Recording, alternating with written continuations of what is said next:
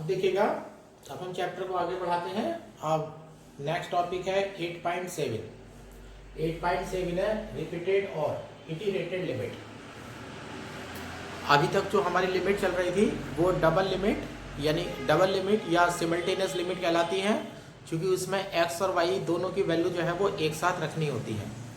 अगर आप रिपीटेड और इटरेटिव लिमिट कह रहे हैं तो आप लिमिट 1 by 1 रखेंगे। जैसे डबल लिमिट में x, y एक साथ रखे जा रहे हैं, तो उसी तरह से इटरेटिव या डबल लिमिट रिपीटेड लिमिट में आप एक बार एक पॉसिबिलिटी हो सकती है कि पहले लिमिट आप x की रख दें और फिर y की रख दें।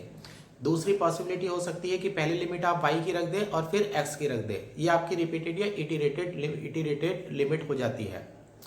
अगर डबल लिमिट जो है इक्वल नहीं है, रिपीटेड लिमिट अगर इक्वल नहीं है तो डबल लिमिट एग्जिट्स नहीं करती है, और इसका उल्टा ये होता है कि डबल लिमिट अगर एग्जिट्स कर रही है तो रिपीटेड लिमिट जो है वो नेचुरली इक्वल होंगी। यही जो है लिखा गया है, the limit x tends to a y tends to b function of x y and limit y tends to b x tends to a function of x y are called iterated limit। अब देखिए यहाँ limit पहले y की है बाद में x की है, और यहाँ लिमिट पहले x की है और यहाँ y की है। If the iterated limit are not equal, then the double limit does not exist। अगर इटरेटिव लिमिट आपकी बराबर नहीं आ रही है तो डबल लिमिट आपकी एग्जिस्ट नहीं करेगी।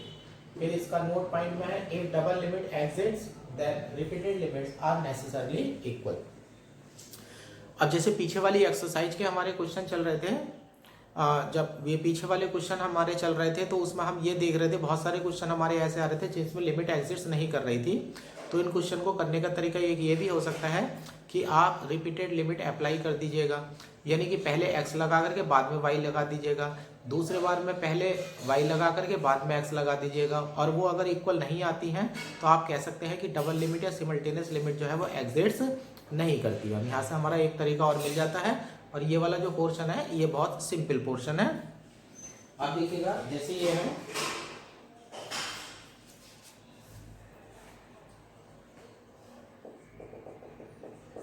एग्जाम्पल 1 है, function of x, y equal to x minus y upon x plus y, x not equal to 0, y not equal to 0। ये कहता है show that the double limit as x y tends to 0 0 for the function can not exist. X y tends to 0 0 पर ये limit exist नहीं कर रही है। एक तरीका तो ये है जो पीछे वाला मेथड है जो हम y इक्वल टू mx से रह रहे थे। अब दूसरा तरीका यहाँ से आता है इटरेटिव लिमिट्स है। आप ऐसे पढ़िएगा, limit x tends to 0, limit y tends to 0, function of x y, limit x tends to 0, limit y tends to 0, x minus y upon x plus y, limit x tends to 0। पहले ये limit रखेंगे आप y tends to 0। अब ये हो जाता है x minus 0 upon x plus 0, x से x कट जाएगा, वैल्यू 1 हो जाएगी। दूसरी बार में आप ऐसे करिएगा, limit y tends to 0, limit x tends to 0, function of x, y। तो यहाँ हो जाता है limit y tends to 0, limit x tends to 0, x minus y upon x plus y, limit y tends to 0। अब x की limit रख दीजिएगा 0 minus y upon 0 plus y. अब आज आपका माइनस का बना जाता है, एक बार आपका प्लस का बना गया है, एक बार आपका माइनस का बना गया है, इक्वल नहीं है। तब हम लिख देते हैं repeated limits are not equal, so double limit does not exist. एक क्वेश्चन करने का तरीका आपका ये भी हो सकता है कि अगर इटरेटिव लिमिट जो है आपकी इक्वल नहीं आ रही है तो डबल लिमिट जो है वो एग्जिस्ट नहीं करेगी। ये बिल्कुल सिंपल तरीका है, एक बार x पहले x फिर y, अगली बार में पहले y और बाद में x। ये एग्जाम्पल नंबर 1 भी इसी तरह से है, एग्जाम्पल नंबर 2 भी इसी तरह से है, एग्जाम्पल नंबर 2 इसी तरह से है। एग्जाम्पल नंबर 3 थोड़ा सा चेंज है, मैं वो बता देता हूँ।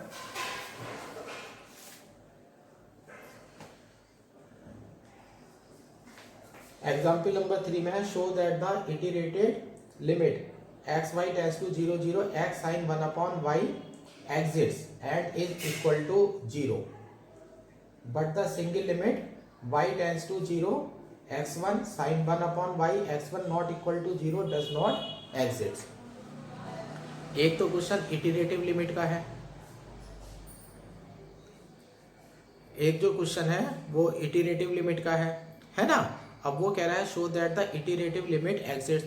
अब हमारा रूल ये कहता है कि अगर हमारी डबल लिमिट जो है वो एग्जिस्ट कर जाती है तो हम कह सकते हैं कि इटरेटिव लिमिट जो है वो एग्जिस्ट करेगी। और फिर प्रूव करके दिखाना है कि जो वो होगा सिंगल लिमिट जो है वो एग्जिस्ट नहीं करती है। अब ये ले लेते हैं, इसमें इटरेटिव लिमिट दिखाने जाना है। तो इटरेटिव लिमिट दिखाने जाने के लिए इटरेटिव लिमिट जो है एग्जिस्ट कर रही है एंड इज इक्वल टू 0 और इसकी जो वैल्यू है वो 0 है। इसको मैं डेफिनेशन में लेकर के जाता हूं।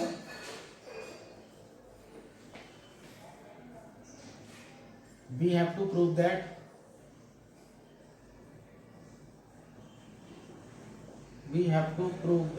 Limit x, y tends to 0 0 x sin 1 upon y equal to 0।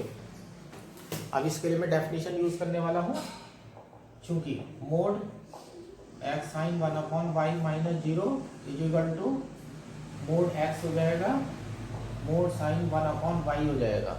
sin 1 upon y की वैल्यू 1 से बड़ी नहीं हो सकती है, तो ये लिख देंगे आप less than equal mod x, equation number 1 bracket में लिख देंगे, चूंकि mode sin 1 upon y less than equal 1। अब लेस देन इक्वल 1 हो गया है यहाँ पर। अब मैं डेफिनेशन लेने जा रहा हूँ for 0 less than under root x square plus y square less than delta is to implies mod x less than delta comma mod y less than delta y equation 1। तो ये हो जाता है x sine 1 upon y minus 0 less than delta. Take delta is equal to epsilon. इसको implies x sine 1 upon y minus 0 less than epsilon. Value prove हो चुकी है ना।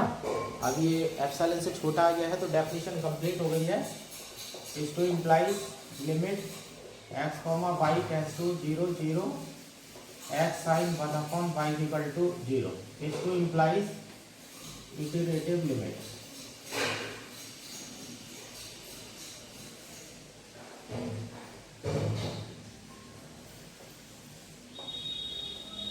एग्जिस्ट। अब यहाँ पर हमने अपना नोट पॉइंट लगा दिया है कि अगर आपकी डबल लिमिट एग्जिस्ट कर जाती है तो नेसेसरली जरूरी है कि इटरेटिव लिमिट जो है वो भी एग्जिस्ट करेगी।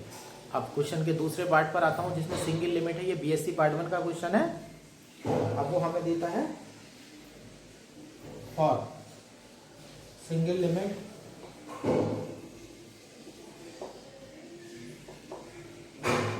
Limit y tends to 0 x1 sin 1 upon y is equal to. अब बुक में दे रखा है कि x1 की वैल्यू 0 नहीं है, तो इसे मैं बाहर ला सकता हूँ। तो ये हो जाएगा x1 limit y tends to 0 sin 1 upon y। तो ये हो जाएगा x1। अब साइन इनफाइनाइट बनेगा तो साइन इनफाइनाइट तो एग्जिस्ट नहीं करता है, कोई फाइनाइट वैल्यू होगी बट लाइक बिटवीन -1 टू +1। ऐसे लिख देते हैं finite value line between -1 to +1। अब -1 से लेकर के +1 तक का कोई निश्चित मान हो सकता है, लेकिन x1 0 नहीं है ना। तो ये लिमिट आपकी एग्जिस्ट नहीं करेगी क्योंकि जो लिमिट की वैल्यू है वो ऑक्सिलेट कर रही है। इस टू इम्प्लाइज अब चूंकि x1 is not equal to 0, so single limit does not exist। इस प्रकार से चेक हो जाता है कि जो सिंगल लिमिट है वो एग्जिस्ट नहीं कर रही है।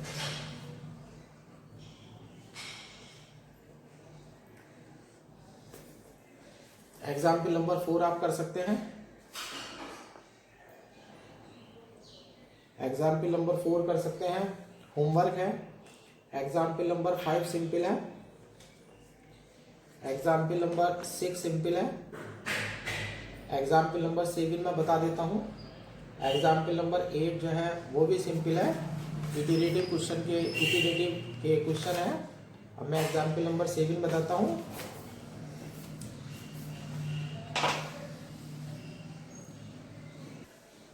ये एग्जाम्पल 7 है।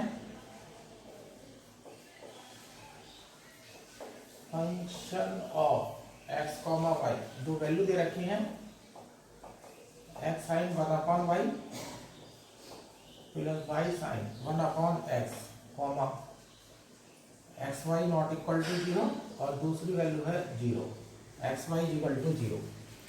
फंक्शन दे रखा है, ये कहता है show that the limit x y tends to 0 0 f x y exists but the iterative limit do not. अब हमें प्रूव करके दिखाना है कि अगर हम सिमल्टेनियस लिमिट के बारे में बात करें तो वो तो एग्जिट्स करती है, सिमल्टेनियस लिमिट जो है वो एग्जिट्स करती है, और जो डबल लिमिट है, मतलब डबल लिमिट जो है वो तो एग्जिट्स कर रही है, but the iterative limit do not, लेकिन इटरेटिव लिमिट जो है वो एग्जिट्स नहीं कर रही। अब ऐसे ले लेते हैं, पहले इटरेटिव लिमिट के लिए चलते हैं।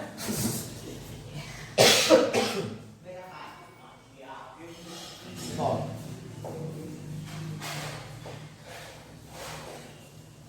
Iterated limit x tends to 0, limit y tends to 0, function of x y, limit x tends to 0, limit y tends to 0, और ये हो जाएगा x sine 1/y plus y sine 1/x। जब आप लिमिट y टेंड्स टू 0 डालेंगे तो ये वाली वैल्यू तो 0 हो जाएगी, 0 से मल्टीप्लाई करके सब कुछ 0 हो जाएगा, लेकिन यहाँ पर साइन इनफाइनाइट बनेगा, साइन इनफाइनाइट बनेगा, not a unique value but lying between -1 to +1। अब यहाँ पर जो वैल्यू है वो -1 और +1 के बीच में बनेगी। अब कोई भी फाइनाइट वैल्यू वो हो सकती है। यहाँ पर ध्यान दीजिएगा, बुक में क्वेश्चन गलत दे रखा है। यहाँ पर इटरेटिव लिमिट भी एग्जिस्ट करेगी और डबल लिमिट भी जो है एग्जिस्ट करेगी। अब देखिएगा किस तरह से। अभी हो जाता है limit x tends to 0, y की जगह 0 रखते हैं तो ये हो जाता है x साइन इनफाइनाइट, तो ये हो जाता है limit x tends to 0, x finite value line between -1 to +1।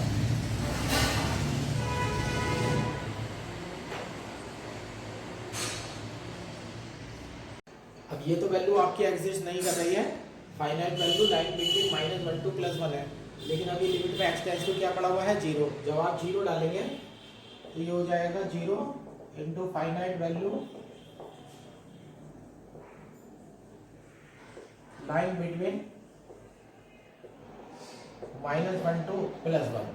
अब ये जो वैल्यू -1 से +1 के बीच में लाई कर रही है, लेकिन ये फाइनाइट वैल्यू जब 0 से मल्टीप्लाई करेंगे तो सब कुछ 0 हो जाएगा। इसी तरह से एक बार आप ऐसे निकाल दीजिएगा, limit y tends to 0, limit x tends to 0, function of x, y। ये आप खुद कर सकते हैं, वैल्यू 0 आ जाएगी। इम्प्लाइज इटरेटेड लिमिट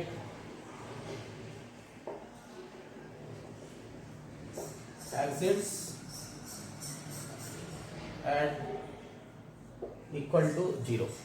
इस तरह से देखा जाए तो बुक में जो क्वेश्चन है वो गलत दे रखा है, वो कह रहा है iterative limit does not exist, और जबकि इटरेटिव लिमिट की वैल्यू जो है वो 0 आ रही है। अब डबल लिमिट के लिए चलते हैं, इसके लिए डेफिनेशन यूज करेंगे।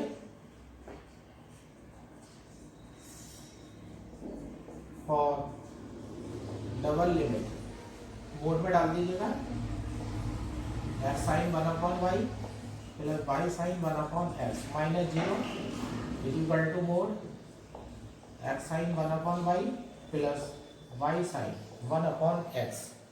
मोड अंदर ले जाइएगा, less than equal mod x, mod sine 1/y plus mod y mod sine 1/x, sine को हटा दीजिएगा क्योंकि mod sine 1/x less than equal 1,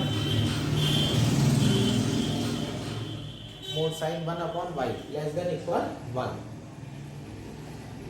तो यहाँ से आपको मिलता है x sine 1/y plus y sine 1/x less than equal mod x plus mod y। Sine हट चुका है, अब डेल्टा की तैयारी करिएगा। For 0 less than under root x square plus y square less than delta is to imply mod x less than delta comma mod y less than delta. अब ऊपर जब वैल्यू रखेंगे तो आपका 2 डेल्टा बन जाएगा। Is to implies x sine 1/y plus y sine 1/x less than 2 delta. अब let कर लीजिएगा, delta is equal to epsilon upon 2, 2 से 2 कैंसिल हो जाएगा। Is to implies mod x sine 1/y plus y sine 1/x less than epsilon. Definition complete है। Is to implies limit x, y tends to 0, 0 x sine 1/y plus y sine 1/x is equal to 0। और इस तरह से जो है आपकी limit जो है वो एग्जिट हो जाती है। अब यहाँ पर हमने दिखाया इटरेटिव लिमिट भी एग्जिट कर रही है, डबल लिमिट भी एग्जिट कर रही है, दोनों लिमिट एग्जिट कर रही हैं। अब यहाँ ये बात का ध्यान रखना, ये बुक में जो क्वेश्चन दे रखा है यहाँ गलत दे रखा है। उसने लिख रखा है iterative limit does not exit, लेकिन डज नॉट एग्जिट नहीं है, वो एग्जिट्स है। एग्जाम्पल नंबर 8 आप होमवर्क में है, एग्जाम्पल नंबर 8 सिंपल है। अब बात करते हैं कंटिन्यूटी की। अब हमें पता है, अगर अब लिमिट तो हो चुकी है, अब जो हमने लिमिट के क्वेश्चन करे हैं ना, उस क्वेश्चन को आप ये समझ लीजिएगा एक बार और करने जा रहे हैं, यानी कि इन्हीं क्वेश्चन को एक बार और करिएगा। अभी आप क्या निकाल लेते, लिमिट निकाल लेते, है ना। अब क्या होगा, अगर लिमिट की वैल्यू फंक्शन की वैल्यू के इक्वल हो जाएगी तो फंक्शन हमारा कंटिन्यूस हो जाएगा। तो जिस प्रकार से क्वेश्चन लिमिट के हो रहे थे उसी प्रकार से जो क्वेश्चन होंगे वो कंटिन्यूटी के होंगे। यह 8.9 continuity of function of x, y at of a, b, यानी किसी बिंदु a, b पर जो है अब हम कंटिन्यूटी के बारे में बात कर रहे हैं।